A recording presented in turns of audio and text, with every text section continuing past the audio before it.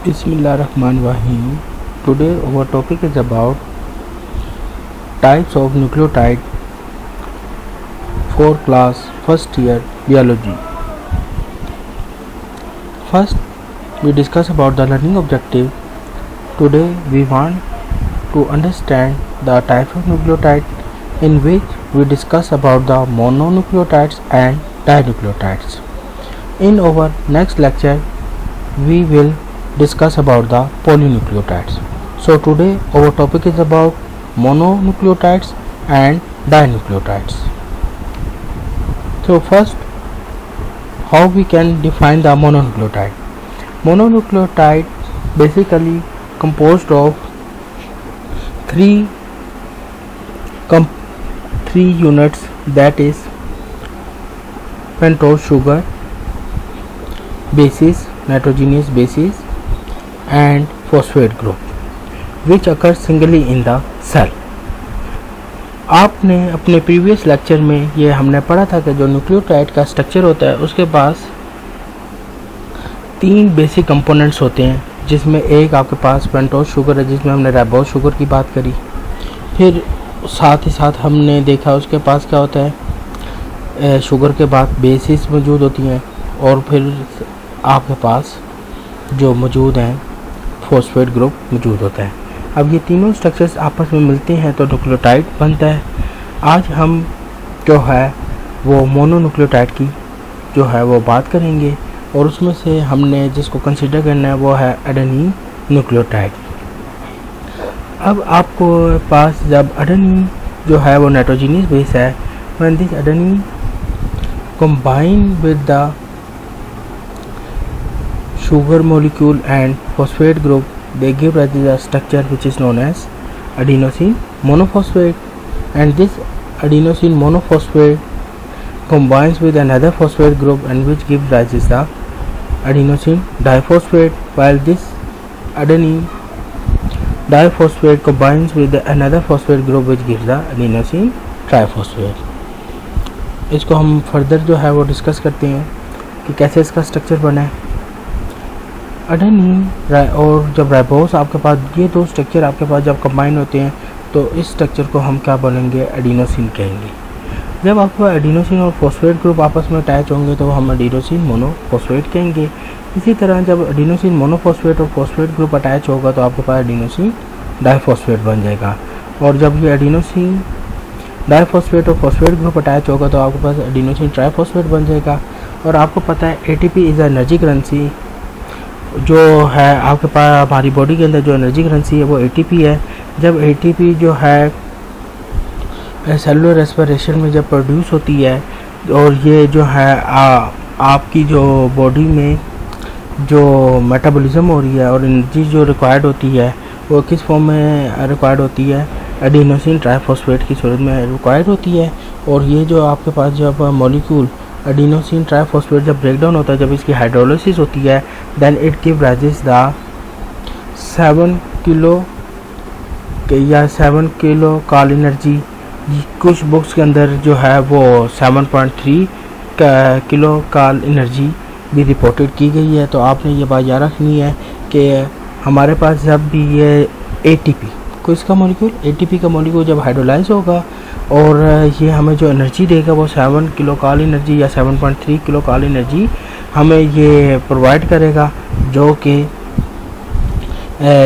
हमारी मुख्तलिफ बॉडी में जो एक्टिविटीज़ हो रही है, जो मेटाबॉलिज्म हो रहा है, उसमें इस्तेमाल होती हैं। तो और that's why they are use as a energy currency in our body, और ये हमारी बॉडी की जो है ना एनर्जी करेंसी के तौर पे इस्तेमाल हो रही है।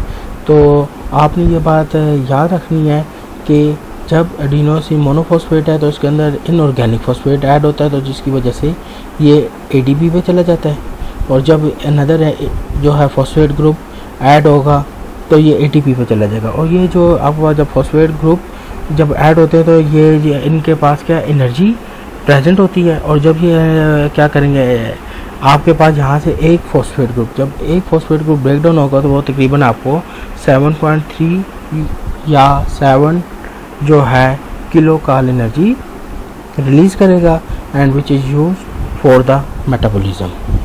और ये जो प्रोसेस हो रहा होता है वो हमने जो डिस्कस किया हुआ है वो ये प्रोसेस जिसमें एटीपी की प्रोडक्शन होती है वो उसको हम सेलुलर रेस्पिरेशन कहते हैं। अगर अब हम बात करें कि इसका स्ट्रक्चर कैसा होता है एटीपी का, ये स्ट्रक्चर बहुत इम्पोर्टेंट है। बोर्ड में जो है ये क्वेश्चन जो है वो आ जाता है, write down the structure of ATP. तो एटीपी का आपने स्ट्रक्चर बनाना होगा।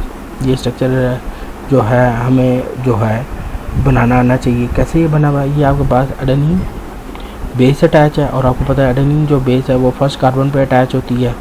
कार्बन 5 पे आपको पता है कार्बन 5 है ये, और कार्बन 5 पे फॉस्फेट ग्रुप अटैच होता है। हमने पहली बात की, जब बेस और शुगर हो तो उसको हम क्या कहते हैं, एडिनोसिन। जब बेस शुगर और एक फॉस्फेट ग्रुप हो तो हम उसे कहते हैं एडिनोसिन मोनोफॉस्फेट। जब अनदर फॉस्फेट ग्रुप क्या अटैच्ड हो जाए तो उसे हम कहते हैं एटीपी, एडिनोसिन डाइफॉस्फेट। और जब आपके पास ये 3 1 2 और ये थर्ड वन क्या है, फॉस्फेट ग्रुप क्या है, अटैच्ड हो जाए तो इसको हम क्या बोलते हैं, एटीपी, जिसे हम बोलते हैं adenosine triphosphate, which is used as an energy currency in our body. When this ATP hydrolyze and they give rises the high yield energy which is used for the metabolism in our body. तो ये तो आपको structure था किसके बारे में, ATP के बारे में। और ये स्ट्रक्चर जो है वो क्वेश्चन के तौर में भी, शॉर्ट क्वेश्चन के तौर पे आ जाता है, right on the structure of ATP molecule. अब हम बात करते हैं डाइन्यूक्लियोटाइड की। डाइन्यूक्लियोटाइड जो है when two nucleotides bonding together then they form a new structure which is called as a dinucleotide. अब ये बात आपने याद रखनी है, if this nucleotide contain adenine as a nitrogenous base then this is known as adenine dinucleotide. हमने अपनी text book में जो एग्जांपल्स आगे कंसीडर करनी है उसमें हमारे पास एडेनिन जो है as a nitrogenous base consider हो रही है। तो इससे उसको डिस्कस करने से पहले हमें ये बात समझनी होगी कि अगर हमारी कोई भी न्यूक्लियोटाइड, जब आपके पास 2 न्यूक्लियोटाइड हैं, 2 न्यूक्लियोटाइड में से जिस बॉन्डिंग हो रही है उसमें से एक जो आपके पास न्यूक्लियोटाइड है उसके पास क्या है, adenine as a nitrogenous base है। तो हम ऐसे डाइन्यूक्लियोटाइड का जो नाम जो कहेंगे उसके लिए हम क्या कहेंगे, एडेनिन डाइन्यूक्लियोटाइड। अब आपके पास मुख्तलिफ न्यूक्लियोटाइड्स जो हैं वो डाइन्यूक्लियोटाइड्स जो हैं वो प्रेजेंट है और which act as a coenzyme. कैसे कोएंजाइम बन सकते हैं, अब अभी हम देखते हैं कि अगर हमारे पास कोएंजाइम की क्या डेफिनेशन हम कैसे डिफाइन कर सकते हैं। When the dinucleotide and vitamins combine together they form the coenzyme. तो आपने ये बात याद रखनी है कि जब डाइन्यूक्लियोटाइड और विटामिन आपस में क्या कर जाएं, वो ज्वाइन हो जाएं, और तो उसकी वजह से क्या होता है, जो आपके पास नया स्ट्रक्चर बनता है या जो मॉलिक्यूल बनता है हम उसे क्या कहते हैं, कोएंजाइम कहते हैं। अब आपने ये बात याद रखनी कि निकोटिनामाइड जो है वो विटामिन B5 है और ये फ्लेविन या राइबोफ्लेविन वो आपके पास विटामिन B2 है। तो ये क्या होता है, बेसिकली डाइन्यूक्लियोटाइड जो है वो मुख्तलिफ विटामिन के साथ क्या होते हैं, कंबाइन हो जाते हैं और वर्क करते हैं, एज अ कोएंजाइम के तौर पे वर्क करेंगे। और अगर डाइन्यूक्लियोटाइड को डिफाइन कर सकें, कैसे डिफाइन कर सकते हैं, 1 2 nucleotides join together and it form a structure which is known as dinucleotide. अगर उनमें से कोई सी भी नाइट्रोजीनियस बेस हो सकती है, हमने पीछे जो है मुख्तलिफ नाइट्रोजीनियस बेसिस पढ़ी हुई है, साइटोसिन पढ़ी है, यूरासिल पढ़ी है, थायमिन पढ़ी है, गवानिन पढ़ी है, एडेनिन पढ़ी है। तो हमारी टेक्स्ट में एडेनिन की एग्जांपल दी गई है तो हमने इसको कंसीडर करना है। तो अगर एडेनिन अगर as a nitrogenous base nucleotide में मौजूद है तो हम ऐसी डाइन्यूक्लियोटाइड को, जो नया स्ट्रक्चर बन रहा है डाइन्यूक्लियोटाइड का, उसमें हम इसे क्या कहेंगे, एडेनिन डाइन्यूक्लियोटाइड। अब फर्दर हम जो है इसको डिस्कस करते हैं कि हमारे पास जो है 3 इंपॉर्टेंट जो है कोएंजाइम्स मौजूद हैं जिनमें से को हमने पढ़ना है। एक को हम कहते हैं निकोटिनामाइड डाइन्यूक्लियोटाइड, एक हमारे पास निकोटिनामाइड डाइन्यूक्लियोटाइड फॉस्फेट है और एक हमारे पास फ्लेविन एडेनिन डाइन्यूक्लियोटाइड है। तो ये आपके पास ये 3 जो हैं वो कोएंजाइम्स जो हैं प्रेजेंट होते हैं। और बेसिकली ये क्या है, ये भी क्या है, हमारी बॉडी में जब एनर्जी करेंसी की ज़रूरत होती है तो क्या है, ये हम उस डिमांड को क्या करते हैं, फुलफिल करते हैं। और ये आपके जो वर्क कर रहे हैं एज आ कोएंजाइम के तौर पे वर्क करते हैं बॉडी के अंदर। इसमें से जो हमने स्ट्रक्चर जिसका डिस्कस करना है, हमारी टेक्स्ट में जिसका स्ट्रक्चर प्रेजेंट है वो है NAD का।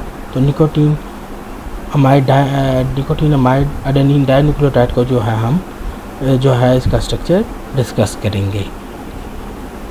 अगर आप ये देखें, ये आपके पास एक न्यूक्लियोटाइड है, ठीक है, ये आपके पास एक न्यूक्लियोटाइड है, ये आपके पास दूसरा न्यूक्लियोटाइड है। ये फॉस्फेट ग्रुप ने इनको आपस में क्या कर लिया, दो फॉस्फेट ग्रुप ने आपस में ज्वाइन हुए हैं, बॉन्ड बनाया, और जिसकी वजह से दो न्यूक्लियोटाइड क्या हो गए हैं आपके पास ज्वाइन हो गए हैं।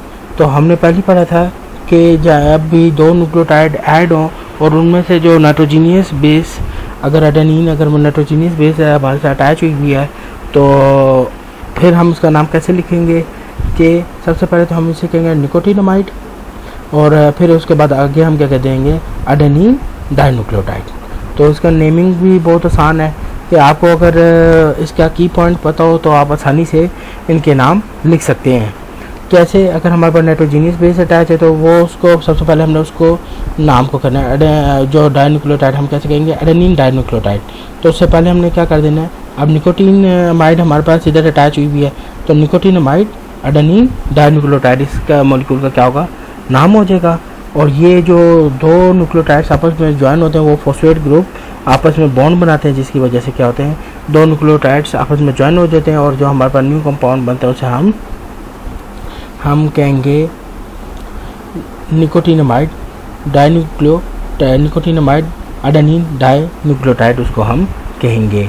और ये आपने ये बात याद रखनी है, जब भी आपके पास दो न्यूक्लियोटाइड्स ऐड हो रहे हैं तो इस वजह से इसे हम क्या कह रहे हैं, डाइन्यूक्लियोटाइड कह रहे हैं। और ये किन के दरमियान बॉन्डिंग होती है ये भी आपने याद रखना है, फॉस्फेट ग्रुप्स के दरमियान बॉन्डिंग होती है, तो और जिस की वजह से आपके पास डाइन्यूक्लियोटाइड बनेगा। और ये स्ट्रक्चर भी जो है वो भी आ सकता है कि शॉर्ट क्वेश्चन के तौर पे कि right on the structure of the NAD। तो ये स्ट्रक्चर भी आपको बनाना आना चाहिए और इसका नाम भी पूरा लिखना आना चाहिए। अब क्या होता है कि हमारी बॉडी में ये जो NAD है वो अगर तो ये NAD प्लस फॉर्म है तो इसे हम कहते हैं ऑक्सीडाइज फॉर्म है, और ये NADH में चले जाए तो ये रिड्यूस फॉर्म है।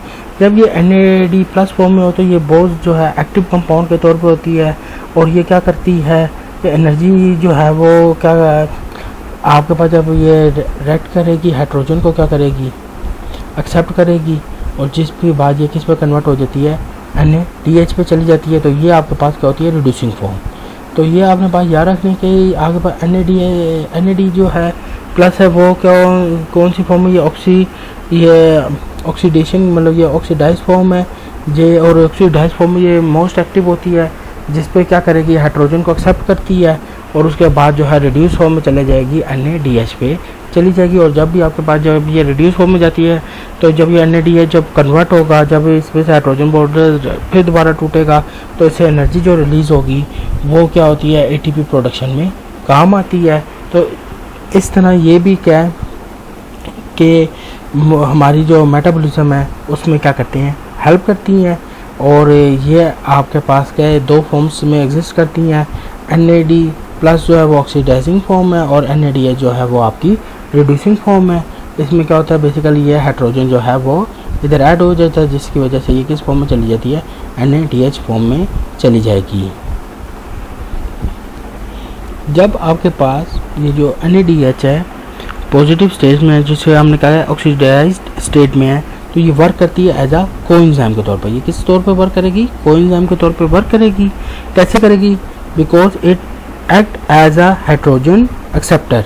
ये क्या करिए हाइड्रोजन को एक्सेप्ट करेगी और किस में चली जाएगी NADH2 में या NADH पे चली जाएगी, और जिस वजह से और ये क्या होगा ये ऑक्सीडाइजिंग फॉर्म कहलाती है, और ये वाली आपके पास रिड्यूसिंग फॉर्म कहलाएगी। तो ये आपने बात याद रखनी है कि ये भी क्या है ये वर्क करती है जो NAD पॉजिटिव एज आ कोएंजाइम के तौर पर वर्क करती है। क्यों कोएंजाइम के तौर पर वर्क कर रही है, because it act as a hydrogen acceptor. Hydrogen acceptor की कर रही है, हाइड्रोजन एक्सेप्टर के तौर पे काम कर रही है, इस वजह से ये क्या है वर्क कर रही है एज अ कोएंजाइम के तौर पे काम कर रही है। तो ये तो आज हमने पढ़ा मोनो न्यूक्लियोटाइड और डाइन्यूक्लियोटाइड के बारे में। तो नेक्स्ट टाइम जो है हम पॉलीन्यूक्लियोटाइड्स के बारे में पढ़ेंगे, जिसमें हमने डीएनए और आरएनए के स्ट्रक्चर को डिस्कस करना है। Thank you.